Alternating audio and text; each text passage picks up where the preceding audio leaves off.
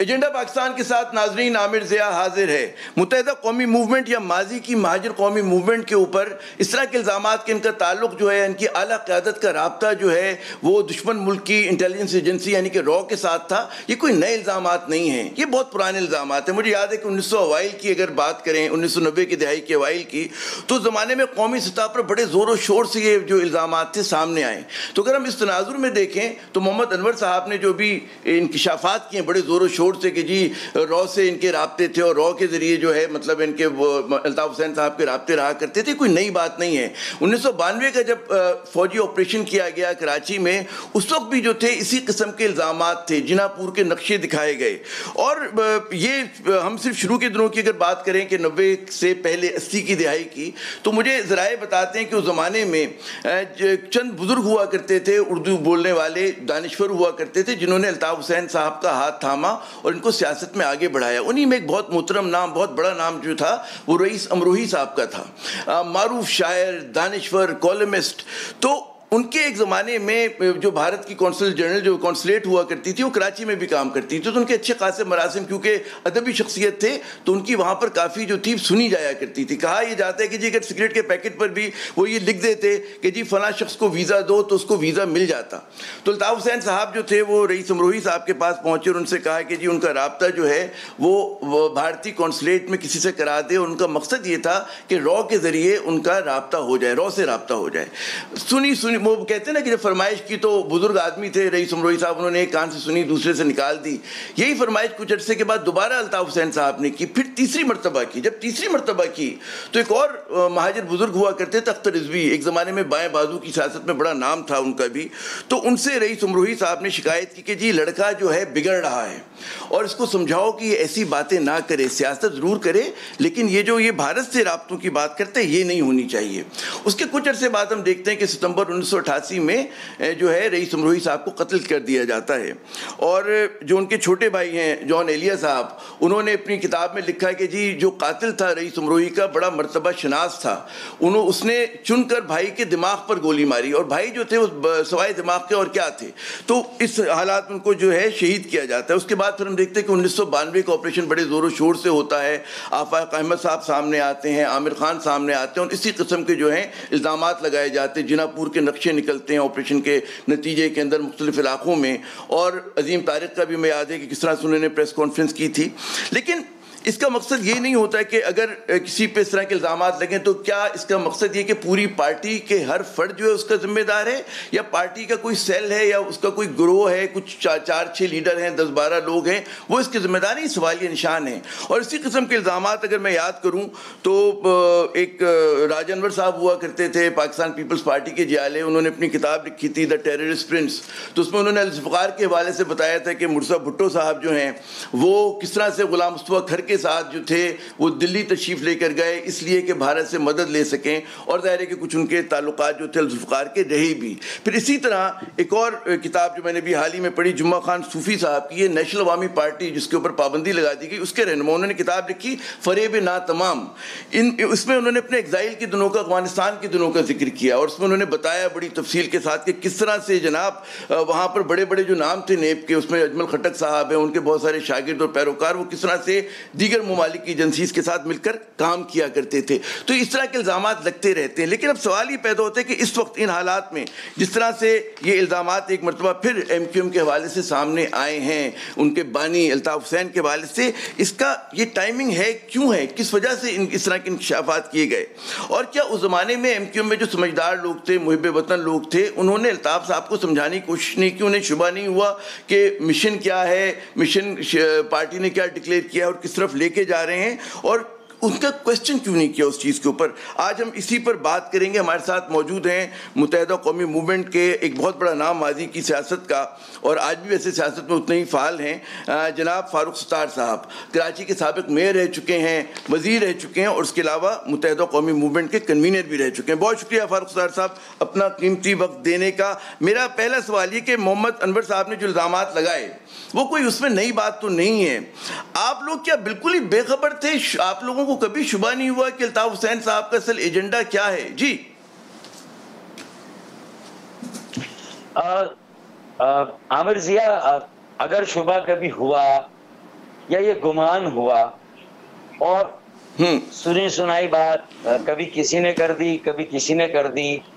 تو اب میں 35-40 سال سے اگر عملی سیاست میں ہوں, 78 میں اے پی ایم ایس او بنی اور میں نے سندھ میڈیکل کالج میں 79 میں A P M S O join کی, 84 میں مہاجر قومی موومنٹ بن گئی, 97 میں متحدہ قومی موومنٹ بن گئی, اور پھر ظاہر ہے کہ بہت سارا سفر تو آپ نے بھی ہمارا آبزرو تو کیا ہے نا میڈیا میں رہ کے. ہمارے جو مد و جزر ہے وہ آپ کے سامنے ہیں.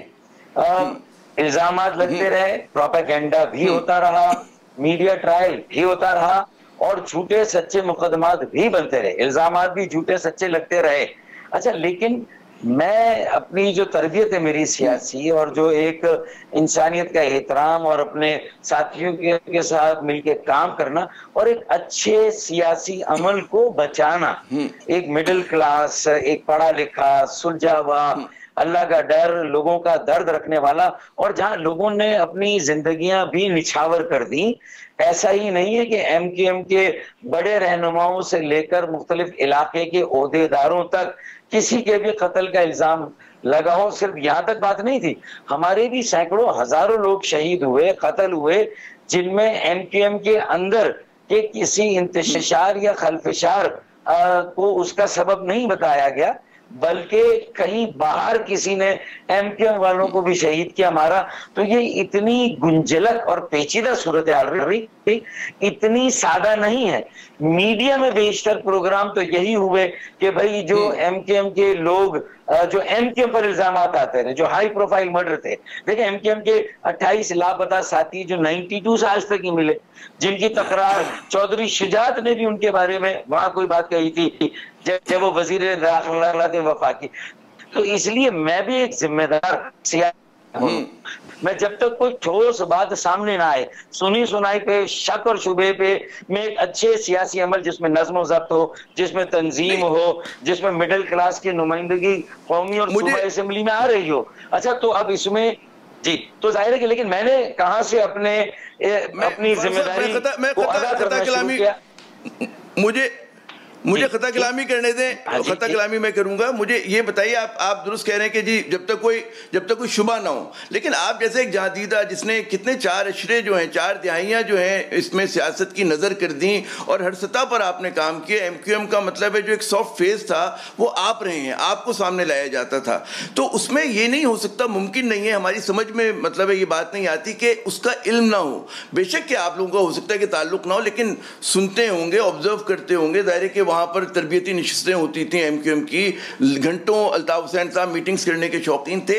تو اشاروں میں, کنائیوں میں لوگ سلپ تو کر جاتے ہیں جو ان کا اصل ایجنڈا ہوتا ہے. یہ تو نہیں ہوتا کہ ہر چیز کو بالکل ہی مطلب اتنا ہو کہ جی ایک آدمی سے ایک بات ہو اور باقی پارٹی کے کارکنوں کو پتہ ہی نہ ہو اس چیز کا, کیونکہ ہمیں بھی جو انداز ہے کہ جس طرح سے یہ پارٹی چلا کرتی تھی. جی دیکھیں عامر جی, آپ 2 باتیں کر رہے ہیں. ایک تو تاثر ملنا اور شبہ ہونا, شک و شبہ. اچھا, اس میں تربیتی نشستیں ہیں, فکری نشستیں ہیں, اس میں احساس محرومی, احساس بیگانگی, احساس عدم تحفظ مہاجروں کا جو 40 سال پہلے جب اپنی پیک کو پہنچا اور یہ آل پاکستان مہاجر اسٹوڈنٹس آرگنائزیشن بنی اور آنن فانن سندھ کے شہری علاقوں کے طلبہ و طالبات کے دلوں کی دھڑکن بن گئی. تو دیکھیں وہ ایک احساس محرومی تھا, بیگانگی تھا, جس کو ایڈریس کیا گیا. اس عمل کو اگر یہ بیگانگی حد سے زیادہ بڑھ جائے تو اپنے ملک, اپنی ریاست, اپنے ریاستی اداروں, اپنے آئین اور اپنے قانون سے بھی بیگانہ ہو جاتی ہے. اور یہ بڑی خوفناک علامت ہوتی ہے جس کو پاکستان میں جو نیشنل انٹیگریٹی کی سب سے زیادہ بات کرتے ہیں, کبھی کبھی ان کی سینسٹیوٹیز میں بھی یہ باتیں نہیں آتی. تو میں بڑا بیلنسنگ فیکٹر ہوتا تھا. میں ان ساری چیزوں کو آج بھی اگر وہی کیفیت ہے جو ظلم ہو رہا ہے اردو بولنے والوں پر, مہاجروں پر, اور پھر ان کو لے کر کراچی کے پنجابیوں, بلوچوں, سندھیوں, پختونوں, سرائکیوں, ہزارے وال, کشمیری, گلگتی, بلتی, یعنی جو کراچی کے ساتھ سوتیلی ماں کا سلوک ہو رہا ہے, سونے کا انڈا دینے والی مرغی کو کاٹا جا رہا ہے, دودھ دینے والی گائے کو روزانہ کاٹا جا رہا ہے, 65% ریونیو دینے کے بعد بھی 30 ارب روپے بھی سالانہ اگر نہ ملے. دیکھیں یہ وہی ساری باتیں ہیں. تو اس عالم میں, سن لے میری بات, یہ میں نے تمید کیوں باندھی, عالم میں بیگانگی میں کبھی کبھی ملک کے لیے بھی کوئی آدمی ایسی بات کرتا ہے تو لگتا ہے روا روی میں کرتی ہے. مجھے رو کا مجھے یہ بتائیے، آپ نے خود ہی مجھے وہ لفظ دے دیے کہ بیگانگی. یا سن لے دیکھیں میری بات، یا یو کے میں فلاں انڈیا کا سفارتکار ہے، اس سے ندیم نصرت نے ایم انور کو ملایا، یا ایم انور نے کبھی ہمیں بتایا ہو، یا ہم کبھی وہاں گئے اور ہماری کسی سے، ایسا کبھی نہیں ہوا. دیکھیں ایم انور ہے، ندیم نصرت جو لندن میں تھے، ڈاکٹر عمران فاروق تیسرے لندن میں تھے جن سے عموماً ہمارے رابطے ہوتے تھے، اور چوتھے ظاہر ہے کہ ایم کیو ایم کے بانی الطاف حسین تھے. لیکن اب ان چاروں میں سے جب کسی نے میرے ساتھ کوئی ایسی بات شیئر نہیں کی، مصطفیٰ کمال کہتے ہیں کہ ان کے ساتھ یہ بات شیئر کی تھی، اور مصطفیٰ نے بڑے تم تراک کے ساتھ جب وہ 3 مارچ کو آئے تھے اس کا اعلان بھی کیا. شاہد حیات صاحب جو ایف آئی اے کے ڈائریکٹر تھے، پوری ٹیم لے کر 2 دن کے بعد پہنچے اور خالی ہاتھ واپس آئے. تو اس کا مطلب مصطفیٰ نے بھی اگر ان کے منہ سے بھی سنا تو مصطفیٰ کے پاس کوئی ایسے ثبوت و شواہد نہیں تھے جس کو فردر ویریفائی کیا جا سکے. تو بھائی دیکھیں بعد میں پھر یہ کہانی آئی کہ اسکاٹ لینڈ یارڈ کو طارق میر نے یا ایم انور نے اس طرح کی کچھ باتیں بتائی ہیں جو مبینہ طور پر وہ اسکاٹ لینڈ یارڈ کی جو رپورٹ تھی اس کے اقتباسات یا ایکسٹریکٹ بھی باہر آ گئے. لیکن اسکاٹ لینڈ یارڈ نے بھی کبھی ان رپورٹوں پر مہر تصدیق ثبت نہیں کی، اس کو اسٹیمپ اور انڈورس نہیں کیا. جب اسکاٹ لینڈ یارڈ نہیں کر رہی ہے، اگر ان کے پاس ایسا کچھ ہے تو میرا بھی شک ہے، آپ کا بھی شک ہے، لیکن میں اپنے اس شک کو یقین میں کیسے تبدیل کروں؟ 3 موقع آتے ہیں جب یہ بات کہیں پایا کہیں یقین پہ جاتی. پہلی بات جو 22 اگست کو کراچی میں پبلک کے سامنے، پوری قوم کے سامنے جو ملک دشمن نعرے لگائے گئے، پاکستان کے خلاف نعرے لگائے گئے، تو ایک لائن ایسی کھچ دی انہوں نے کہ ہمیں بھی اب یہ طے کرنا تھا کہ بھائی اب اس لائن کے بعد ہم نے بھی لائن کھینچ دی، ہم ان سے الگ، اور اس طرح الگ ہوئے کہ ایم کیو ایم لندن کو ایم کیو ایم پاکستان بنائے. پھر ایم کیو ایم پاکستان سے چلنا شروع ہوئی، پھر کوئی ایسا کنیکشن کم از کم میری سربراہی تک نہیں ملے گا کہ ایم کیو ایم لوگ دیکھیں. آپ کو نہیں پتا. مجھے اس طرح مجھے یہ بتائیے، میں خطا کلامی، مجھے یہ بتائیے کہ یہ جو آپ نے لفظ استعمال کیا بیگانگی کا، مجھے یاد ہے کہ 90 کی دہائی میں بہت سارے جو لوگ ہوں گے، ایسے کارکن ہوں گے جن میں یہ اس طرح کی کہتے ہیں نا کہ غلط فہمیاں یا مغالطے ہوں گے کہ جی ہم اتنا جو ہے ناانصافی، اتنا جبر ہو رہا ہے بقول آپ کے مبینہ طور کے اوپر. تو اس میں کیا اس طرح کی بیگانگی صفوں میں پائی جاتی تھی ایم کیو ایم کے، اے پی ایم ایس او کے کسی دھڑے میں، کسی سیگمنٹ کے اندر کہ جو اس طرح کی انتہا پسندانہ بات کر سکے؟ کیونکہ بات ابھی کی نہیں ہو رہی کہ جو انہوں نے 2014 15 16 میں کیا، بات تو رہی کہ 90 کے وائل میں کیا ہوا، 90 کی دہائی کے وائل میں کیا تھا، 80s میں کیا تھا. تو بات تو اس کی جڑیں تو بہت پرانی ہیں فاروق صاحب. جی دیکھیے میرا یہ کہنا ہے کہ آپ یہ ساری باتیں کر رہے ہیں تو جو حقائق ہیں نا تلخ، ان کو آپ نظر انداز نہیں کر سکتے. اچھا میں کوئی سیاست کرنے کے لیے تو لوگوں کی بیگانگی کا نمائندہ بن کے تو آپ کے سامنے نہیں آ جاؤں گا نا. یہ تو آپ کا کام بھی ہے کیونکہ آپ میڈیا کے بہت سینئر اب اینکر ہیں ماشاءاللہ. اسی طرح ہمارے ملک کے اسٹریٹجسٹ ہیں، پالیسی بنانے والے ہیں، اور ایک نیشنل انٹیگریشن بڑی اہم بات ہوتی ہے. 4 صوبے ہیں، 4 زبان بولنے والے، 4 قومیتیں ہیں، لیکن پھر سرائکیوں کا ایک مسئلہ ہے، ان کا بیگانگی، ان کے احساس محرومی. وہ اپنے صوبے کی بات ایک عرصے سے کر رہے ہیں، وہ اپنے جو حقوق کی بات کر رہے ہیں، اس میں معاشی حقوق ہیں، سیاسی حقوق ہیں، معاشرتی حقوق ہے نا. یہ دیکھیں پوری دنیا کی ایک کہانی ہے. اگر مسلمانوں کے احساس بیگانگی کو کانگریس ایڈریس کر لیتی تو مسلم لیگ تو نہیں بنتی نا، آل انڈیا مسلم لیگ. اور اسی کانگریس میں قائد اعظم محمد علی جناح تھے جو بعد میں آل انڈیا مسلم لیگ میں آ گئے. تو دیکھیں آپ کو ریلیٹیولی بات کرنی ہوگی ہے نا، آپ کو ریلیٹیولی، آپ کو تاریخ میں بات کرنی ہوگی. یہ سیاسی عمل ہے، اس میں سے جھانک کر اپنی مرضی کا مطلب نہیں نکال سکتے. کوئی نہ اینکر نکال سکتا ہے، نہ کوئی اسٹریٹجسٹ، نہ پالیسی میکر، بلکہ سب کی ذمہ داری ہے کہ سب کو جوڑنا ہے. سب کے برابر کے حقوق ہیں، سب یکساں پاکستانی ہیں، سب کا یکساں احترام ہے، سب کو روزگار ملنا چاہیے. کراچی میں پانی آنا چاہیے، K4 12 سالوں سے نہیں آیا. کچرا اٹھانے کا نظام ہونا چاہیے. 65% کا 3000 ارب ریونیو دے رہا ہے تو اب اس کو 300 ارب ملنے چاہیے. اگر الطاف حسین اپنے پیر پہ کلاڑی مار کے مائنس ہو گئے تو پھر فاروق ستار کو مائنس نہیں کیا جانا چاہیے. دیکھیں یہ ساری وہ باتیں ہیں جو آنی چاہیے اسٹریٹجی میں ملک کی نیشنل انٹیگریشن کے لیے. ہمارے پاس میرا تھوڑی اللہ نہ کرے اللہ نہ کرے. اچھا یہ سننے میں آ رہا ہے کہ محمد انور صاحب نے جو کچھ انکشافات کیے کیونکہ یہ بڑے قریب ہوتے تھے الطاف صاحب کے, ایک دم جو ان کا فالنگ اپارٹ ہوا تو کوئی جائیداد کا تنازع تھا, کوئی مطلب ہے لین دین کے اوپر معاملات تھے, کیا آپ نے سنا, کیا آپ کے پاس چیز کی وہ ہے, خبر کیا ہے؟ ایم کیو ایم کے بانی کے ساتھ اتنی صحبت ہماری شاید نہیں ہوئی ہوگی, اتنا ہم ان کے ساتھ نہیں بیٹھے ہوں گے جتنا موقع یقیناً محمد انور کو ملا, طارق میر صاحب کو ملا, یا شاید اس کے بعد عمران فاروق صاحب کو, ندیم نصرت کو, اور پھر عمران فاروق صاحب کو ملا. میرے خیال میں باقی لوگوں کو, اور پھر شاید کسی زمانے میں انیس قائم خانی بھی کئی سال وہاں لندن میں رہتے, شاید ان کو پھر وہ موقع ملا. باقی کسی کو اتنا موقع تھوڑی ملا. اور یہ چاروں پانچوں جو بھی تھے مختلف وقتوں میں مختلف کمبینیشن کی صورت میں کام کرتے تھے. کبھی کوئی ایم کیو ایم کے بانی کا رائٹ ہینڈ ہے, کبھی کوئی ہے, کبھی کوئی کسی. اب ان کے اسائنمنٹس کیا ہوتے تھے, ان کے ٹاسک کیا ہوتے تھے, یہ ظاہر ہے کہ ہمارے پاس اس کی تفصیل نہیں. ہاں لابیسٹ کے پاس میں کبھی کبھی گیا ہوں.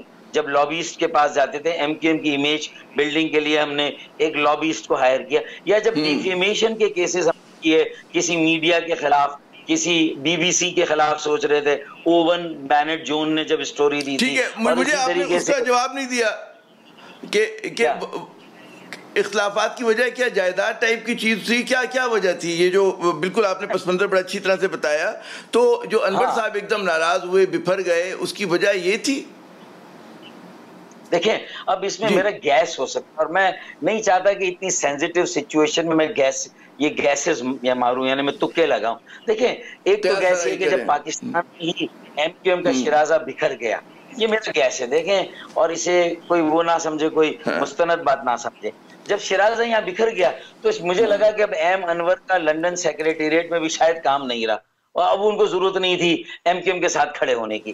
اور اب تو سب کے ٹربلڈ ٹائمز ہوئے تھے, مشکل وقت شروع ہو گیا تھا. تو مشکل وقت پاکستان میں تو ہمیشہ آتا تھا, اور کھڑے رہتے تھے اس میں, پارٹی کو بھی ڈیفینڈ کرتے تھے, ایم کیو ایم کے بانی کو بھی ڈیفینڈ کرتے تھے, کیونکہ ہم شک میں رہتے تھے, ہمارے گمان یقین میں کبھی تبدیل نہیں ہوئے تھے. تو اس لیے ہم اچھے عمل کو بچاتے رہے. یہاں ہزاروں لوگوں کی قربانیاں ضائع کیوں جائیں؟ اگر ایم کیو ایم کے بانی بھی ان ساری چیزوں میں ہیں, میں آپ کو آج کہہ رہا ہوں, تو اس کا قصوروار یہاں مہاجر جو جنہوں نے ووٹ دیے وہ ہیں. وہ ووٹر کیوں مایوس ہو, وہ ووٹر کیوں بکھر جائے, اس طاقت کو کیوں نہیں جو ہے وہ ایک جگہ قائم رکھا جا سکتا, اس پتنگ پر لوگوں کا قبضہ کیوں ہونے دیا جائے, ایسے لوگوں کو کیوں فیسیلیٹیٹ کیا جائے جن کی اپنی تو پاس میں وائلنس رہا ہو یا کرپشن رہی ہو, ایسے لوگوں کو فیسیلیٹیٹ کیا گیا. آخری دو منٹ ہیں.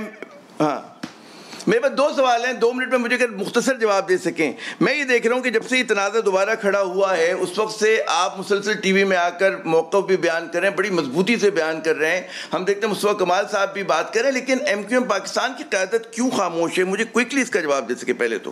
جی آپ نے مجھ سے جتنے سوال کیے کہ ایم انور نے یہ ٹائمنگ کیوں چوز کی, میرے علم میں نہیں ہے, یا وہاں کوئی جائیداد کا تنازع تھا, وہ میرے علم میں نہیں ہے. میں نے ساری باتیں بتائی. اسی طرح میں کیوں آ رہا ہوں یہ میرے علم میں ہے, اس لیے کہ یہ تیسرا موقع مجھے ملا ہے کوئی بات کرنے کا. دیکھیے پہلا موقع 22 اگست تھی, تو میں نے 22 اگست کی رات کو میں گیا, ٹھاکر مجھے پکڑ کے لے گئے, مجھے ڈی جی رینجرز نے بلایا تھا, بلال اکبر صاحب نے, میں جاتا, لیکن پہلے میں پریس کلب آیا. میں نے کہا پہلے میں اپنا موقف دوں گا پھر جاؤں گا کہ ہم لندن سے الگ ہو رہے, لیکن مجھے اس دن نہیں کہنے دیا گیا. میں نے اگلے دن کہا, میں نے اپنا فرض پورا کیا. دوسرا, عمران فاروق کے جب قتل کے مقدمے کا فیصلہ آیا, اور اس میں مجھے یہ بھی میری معلومات ہوئی کہ ان کی والدہ بھی مطمئن ہے, وہ فیصلہ کہہ رہی ہے ٹھیک ہے بیٹا. ان کی بیوہ نے بھی ٹویٹ کیا, اور برطانوی ہائی کمیشن نے بھی یہ بات کی کہ ہم نے تعاون کیا, ثبوت و شواہد ہم نے فراہم کیے. جب دونوں ملکوں کے اداروں ایجنسیوں نے مشترکہ, تو میں نے کہا میں نے اس کا خیر مقدم کیا. اور تیسرا یہ ایم انور نے کہا, تو میں کہتا ہوں برطانوی حکام کیوں خاموش, برطانوی حکام, برطانوی ادارے, میرا سوال یہ تھا, بیان کی. اب ایم کیوں خاموش ہے, وہ ایم کیو آخری منٹ مجھے خالد مقدم بتائیں, وہ بتائیں وہ کیوں خاموش ہے. وہ اچھا میرا آخری سوال کوئکلی، یہ بھی خیر تفصیلی جواب کو متحمل ہو سکتا ہے، لیکن اگر کوئکلی اس کو ریپ اپ کر سکیں کہ مہاجر سیاست کا مستقبل کیا آپ دیکھ رہے ہیں؟ کیا مطلب ہے وہ دن ختم ہو گئے، گزر گئے، کیا آپ دیکھتے ہیں آگے؟ آپ کو کیا نظر آ رہا ہے؟ دیکھیں ایک تو نیچرل پروسیس میں ساری چیزیں جانی چاہیے. مہاجروں کے اب مزید احساس بیگانگی کو یا احساس عدم تحفظ اور مکمل احساس لا تعلقی میں نہ بدلنے دیں. صرف مہاجرین، اب تو کراچی کے نوجوان چاہے وہ کوئی زبان بولتے ہوں، پاکستان کے کسی علاقے سے تعلق رکھتے ہو، کراچی چلتا ہے تو پاکستان چلتا ہے، ترقی کا انجن ہے، معیشت کا مرکز ہے. میں نے ساری باتیں بتائی ہیں. اسے اب اون کراچی، سیو کراچی، میک کراچی. میں نے نوجوانوں کو اپروچ کیا، پارٹی ملتی ہے تو ساری زبان بولنے والوں کو اونرشپ کراچی کی اور پارٹی کی اور اس سیاسی عمل کی دینی، جو مڈل کلاس کا ایجوکیٹڈ اربن جو سیکولر جو پولیٹیکل فینومینا، یہی پاکستان کا مستقبل، یہی مہاجروں کا مستقبل ہے، یہی کراچی کا مستقبل ہے. اور اس میں 300 ارب روپے چاہیے ہمیں پیکج کی خیرات دیجیے. کبھی 162 عمران خان دے دیں، کبھی نواز شریف، شاہد خان عباسی، محترمہ بے نظیر، ہمیں یہ خیرات دیجیے. ہمیں بجٹ میں ہمارا باقاعدہ حصہ چاہیے. ایسا کرتے ہیں کراچی کا جو کہتے ہیں نا مستقبل کی سیاست کیا ہوگی، اس پہ ایک الگ پروگرام کریں گے، آپ کو اس پہ زحمت ضرور دیں گے. بہت بہت شکریہ کہ آپ نے اپنا قیمتی وقت دیا، اور یقیناً کبھی ایک پورا پروگرام ہونا چاہیے کہ کراچی کی سیاست کا مستقبل کیا ہوگا. ناظرین یہاں پہ لیتے ہیں وقفے کے بعد جب دوبارہ حاضر ہوں گے تو ہمارے ساتھ متحدہ قومی موومنٹ کے ایک سابق MNA ہوں گے کہ جو 2016 سے سیاست میں بالکل ایک کنارہ کش ہو چکے ہیں، گوشہ نشین ہیں. ان سے پوچھیں گے کہ معاملات کیا رہے. ہمارے ساتھ رہیے.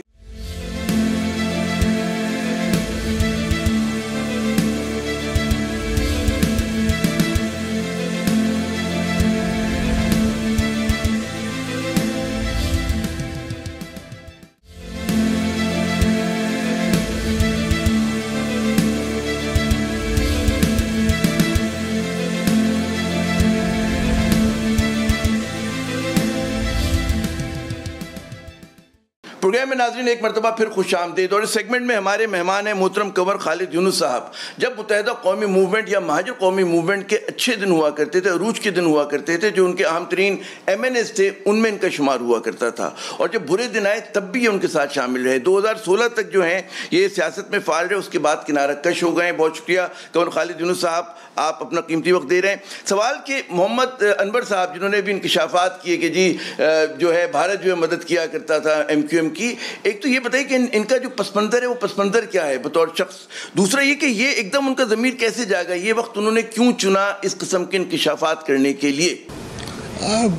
کافی پرانے تھے ورکر یہ ہمارے، اور پھر بعد میں ان کو مختلف عہدے ملتے رہے. لیکن ان کی لٹیا ڈبوئی ان کے ایک بھیا نے، جو کہ ان کے چھوٹے بھائی تھے اور مشہور انہیں چنو میاں کہا کرتے تھے.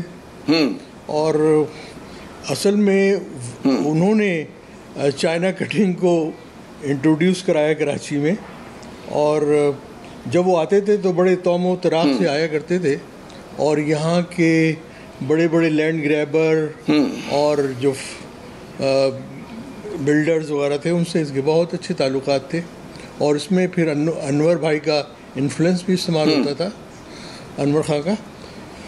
تو یہی ہے میرے خیال میں جو مروزہ حالات ہوتے ہیں. یہ مجھے بتائیے کہ ایک دم کسی کہ محمد انور صاحب کا ایک دم ضمیر کیسے جاگ گیا؟ مطلب ہے کہ ٹھیک ہے کہ اب وہ آخری وقتوں تک جب MQM لندن قائم ہو گئی تب بھی ان کے ساتھ تھے، الطاف حسین صاحب کے شانہ بشانہ چل رہے تھے، ان کے کہتے ہیں پیروکار تھے. کیا وجہ تھی کہ ایک دم انہوں نے یہ وقت چنا یہ سب باتیں کرنے کے لیے، جو کہ نئی باتیں نہیں ہیں، بہت پرانے الزامات ہیں، وقتاً فوقتاً لگتے رہے؟ جی ہاں، لیکن ہوتا ہے اکثر لوگ مجبور بھی ہو جاتے ہیں. اور یہی ہے کہ ہمارے جو بتایا مروجہ قوانین ہوتے ہیں اور ان سے اس طرح کے ہوتے ہیں کہ اس کو مختلف طریقوں سے استعمال کیا جاتا ہے. اور جو انتظامیہ ہوتی ہے اس کے پاس کافی لامحدود وسائل ہوتے ہیں. تو انور صاحب بڑے لائل تھے. لیکن میرے خیال میں ایک واقعہ ایسا بھی ہوا ہے ان کا کہ جب ڈاکٹر عمران فاروق کا مرڈر ہوا تھا تو اس کے بعد جو مکان کا سلسلہ ہوا تو الطاف بھائی نے چونکہ اپنی طرف سے وہاں لندن میں ایک مکان دیا ہوتا تھا رہنے کے, لیکن وہ چھوٹا تھا, تو ان کے پاس چونکہ ایم کیو ایم کے نام کی پراپرٹی بھی تھی, تو اس لیے انہوں نے کہا کہ بھائی آپ ان کو دے دیجئے.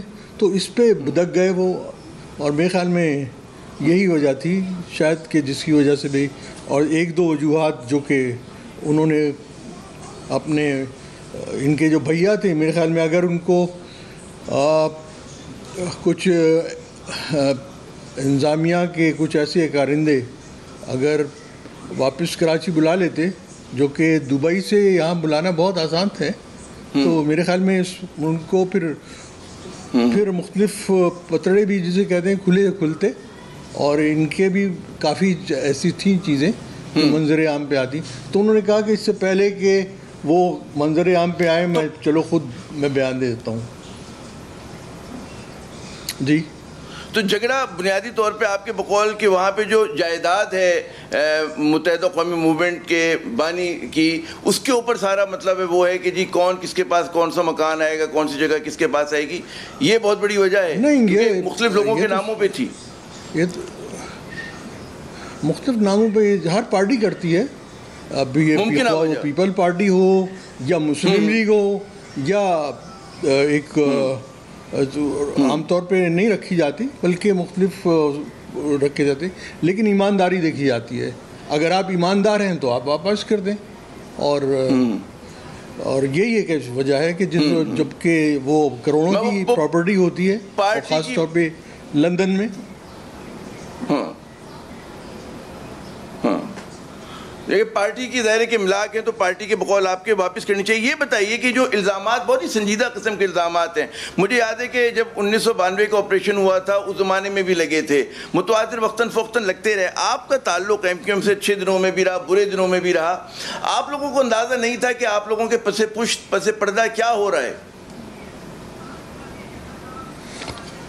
یہ چیزیں چلتی رہتی ہیں, اور لیکن ایک چھوٹا سا بھی پھلجڑی ہوتی ہے تو اس کو بہت بڑے پٹاخہ یا بم یا خودکش بم سمجھ لیا جاتا ہے, لیکن حقیقت میں ایسی کوئی بات نہیں تھی.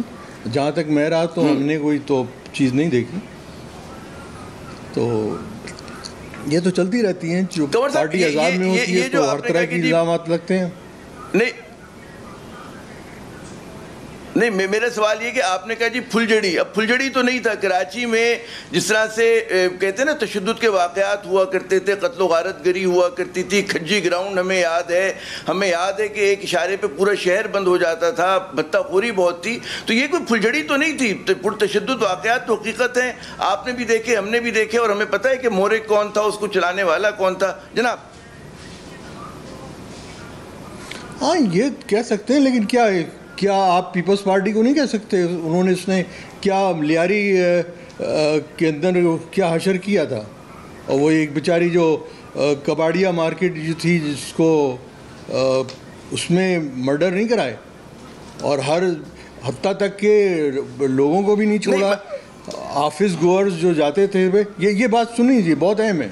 یہ میکلوڈ روڈ سے بھی جو سوٹڈ بوٹڈ بیچارے لڑکے ہوتے تھے جوان, ان کو اٹھا کے لے گئے لیاری سے, اور آج تک اس کا کوئی ایجنسیوں کو نہیں معلوم, کسی اس کو نہیں معلوم, کسی نے آواز نہیں اٹھائی. کیا حامی مہاجر ہیں جن کو ہر چیز پہ بولا جاتا ہے, حامی کو سب لگایا جاتا ہے؟ یہ بہت بڑی زیادتی ہے ہم لوگوں کے ساتھ. کنور صاحب, بات یہ کہ الزام کا جواب جو ہے وہ جوابی الزام نہیں ہوتا. بات یہ ہوتی کہ ٹھیک ہے پیپلز پارٹی نے بھی تشدد کیا, اے این پی نے بھی کیا, جماعت اسلامی نے بھی کیا, اور بھی جو ہیں سیاسی جماعتیں, سب نے کہتے ہیں بقدر عشق بلبل کیا, جو جس کا جتنا سیاسی وزن تھا اس کے حساب سے کیا. لیکن کیونکہ ایم کیو ایم کا غلبہ ہوتا تھا کراچی میں, اور کراچی میں جس طرح کا تشدد ہوا ہر طرح سے, تو اس کا کیا جواز بنتا ہے, اور کیا وہ جو ہے آپ لوگوں کے مقاصد میں اس کا آپ کو فائدہ ہوا, نقصان زیادہ ہوا؟ کیونکہ آخری تجزیے میں لوگ کہتے ہیں جی نقصان زیادہ ہوا ہے. جی لیکن آپ کو تاریخ معلوم ہے 1986 میں باقاعدہ قصبہ کالونی پہ, اور قصبہ کالونی اور علی گڑھ کالونی میں جو میسیکر کیا گیا, جو عوام کیا گیا, اس وقت مجھے کسی اور سے ہمدردی نہیں ہے, لیکن مجھے الطاف بھائی نے یہ کہا تھا اس وقت, ان سے کہا تھا کہ جب یہ حالت دیکھی تو انہوں نے کہا کہ بھائی آپ کو اپنے اسلحہ کا خریدنا چاہیے, یہ جو ٹی وی ہے بیکار ہے. اس بات کو پتنگڑ کو اتنا بڑھا دیا گیا کہ وہ اماؤنٹ فیس بہت ہی اس پہ کرایا, لیکن انہوں نے تو سیدھی سی بات کی تھی, عام سی بات کی تھی. نہیں, آپ کا تجربہ اپنی جگہ, لیکن ظاہر ہے کہ تشدد کے واقعات اگر اس کو ہائنڈ سائٹ پہ دیکھتے ہیں, جو بڑا میرے خیال میں آخری 2 منٹ ہے, مجھے یہ سوال جو ہے بہت اہم سوال ہے, وہ یہ کہ آپ کیا سمجھتے ہیں کہ متحدہ یا مہاجر قومی موومنٹ نے جو بھی پرتشدد سیاست کی, شہر کو بند کرایا, اس سے آپ لوگوں نے اپنے اغراض و مقاصد حاصل کیے یا نہیں کیے؟ کیونکہ اگر کراچی کے حقوق کی بات ہے, وہ تو سارے کے سارے مسئلے ویسے ہی ہیں, تو اس کا مطلب ہے کہ حکمت عملی جو تھی آپ لوگوں کی غلط ثابت ہوئی, اس کے نتیجے میں زیادہ مشکلات کے شکار ہوئے, سیاست جو ہے وہ ختم ہو گئی, اور مطلب ہے مسائل جو ہیں جس کے لیے آپ نے سیاست کی, اردو بولنے والوں کے مسائل کی, وہ تو مسائل ویسے کے ویسے ہیں. جی آپ کہہ سکتے ہیں اس کو, لیکن آپ دیکھیں کہ بھی ہمارا مقابلہ کون تھا, ہمارے مقابلے میں کون تھا. 1988 میں ہم آئے تھے, 1988 میں الیکشن جیت کے آئے تھے, 1992 میں آپریشن شروع کر دیا گیا. آپ دیکھیں گے 4 سال بھی ہمیں ایز اے MNA کام نہیں کرنے دیا گیا. تو اس کے پیچھے تو ان محرکات کو بھی دیکھا جائے کہ جو کہ ہوتے بھی ہیں لیکن نظر آتے بھی نہیں. نہیں, پھر بحال بھی ہوئی, MQM دوبارہ کام بھی کیا, یہ بھی تاریخ ہے, لیکن اس کے باوجود جو الزامات کی نوعیت تھی کہ جنا پور کے نقشے نکل رہے تھے 92 کے آپریشن کے بعد, یہ ساری چیزیں تھیں. میں صرف آخری اگر آپ جملے میں مجھے بتا سکیں کہ آخری تجزیے میں کیا لسانی سیاست جو ہے آپ سمجھتے ہیں کہ جنا پور کے حوالے سے میں ضرور کہوں گا کہ جی مثبت ہے یا منفی؟ جنا پور کے حوالے سے میں جنا پور کے حوالے سے کہوں گا کہ یہ آخر میں یہاں بریگیڈیئر جو تھے, کوئی ان کا نام مجھے یاد نہیں آ رہا, انہوں نے آ کے خود کہا تھا کہ یہ ایک فیبریکیٹڈ کیس تھا جو ہم نے بنایا تھا. بہت بہت شکریہ کنور خالد یونس صاحب, آپ نے اپنا قیمتی وقت دیا. ناظرین, جو بات یاد رکھنے کی ہے وہ یہ کہ جی لسانی سیاست ہو, تنگ نظر قوم پرستی کی سیاست ہو, وہ اپنی کہتے ہیں نا آخری تجزیے میں جا کر جو ہوتی ہے ریئیکشنری ہوتی ہے, رجت پسندانہ ہوتی ہے, اس سے مسائل حل نہیں ہوتے بلکہ اس سے مسائل بڑھتے ہیں, کچھ تو خون ہوتا ہے, تشدد ہوتا ہے. تو بات یہ ہوتی ہے کہ جو عقلمند قیادت ہوتی ہے وہ لوگوں کو زبان, رنگ, نسل کی بنیاد پہ تقسیم نہیں کرتی بلکہ ان کو مسائل کی بنیاد پہ جوڑتی ہے, اور مسائل کی بنیاد پہ آپ جوڑتے ہیں جب, تو اس سے ملک بھی مضبوط ہوتا ہے, ملک طاقتور بھی ہوتا ہے, یعنی کہ پاکستان مضبوط و طاقتور ہوتا ہے. تو یہاں پر ہم لیتے ہیں وقفہ, اور وقفے کے بعد جب دوبارہ حاضر ہوں گے تو ہمارے ساتھ موجود ہوں گے پاکستان پیپلز پارٹی کے سینئر رہنما محترم نبیل گبول صاحب. ان سے پوچھیں گے کہ کیا وجہ ہے کہ پاکستان پیپلز پارٹی سندھ کی اتنی کہتے ہیں نا زبردست کی ڈومینیشن رہی ہے, کیا وجہ ہے کہ وہ شہری سندھ کے مسائل حل نہیں کرا پا رہی, کیا وجہ ہے کہ شہری سندھ کو اون نہیں کر پا رہی. کم از کم یہاں کے بہت سارے لوگوں کو یہ ان کی شکایت ہے, اور ساتھ ساتھ کچھ بات کنسپریسی تھیوری کے اوپر بھی ہوگی. ابھی سے قومی حکومت کہتے ہیں بنانے کی بات ہو رہی ہے, ایسا کیوں ہے, بات کریں گے وقفے کے بعد.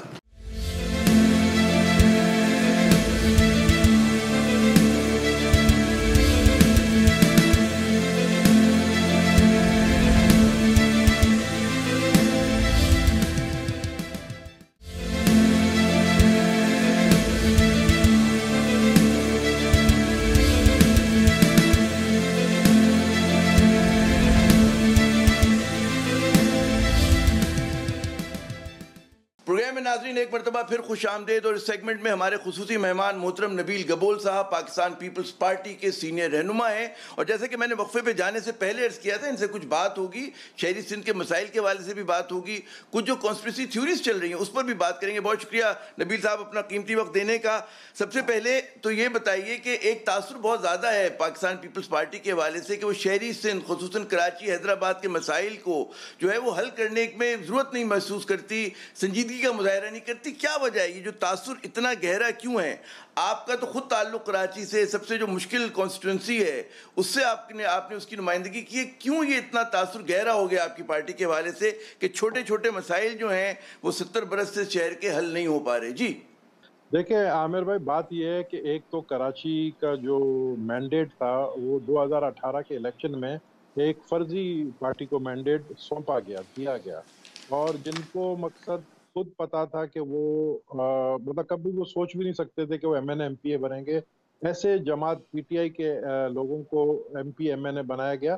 بہت سارے ایسے کانسٹیٹوئنسی ہیں جہاں پر 30 40 ووٹوں کے جو ہے فرق سے ان کو میں سمجھتا ہوں جتایا گیا بولیں گے, یا وہ چلو خود جیت گئے.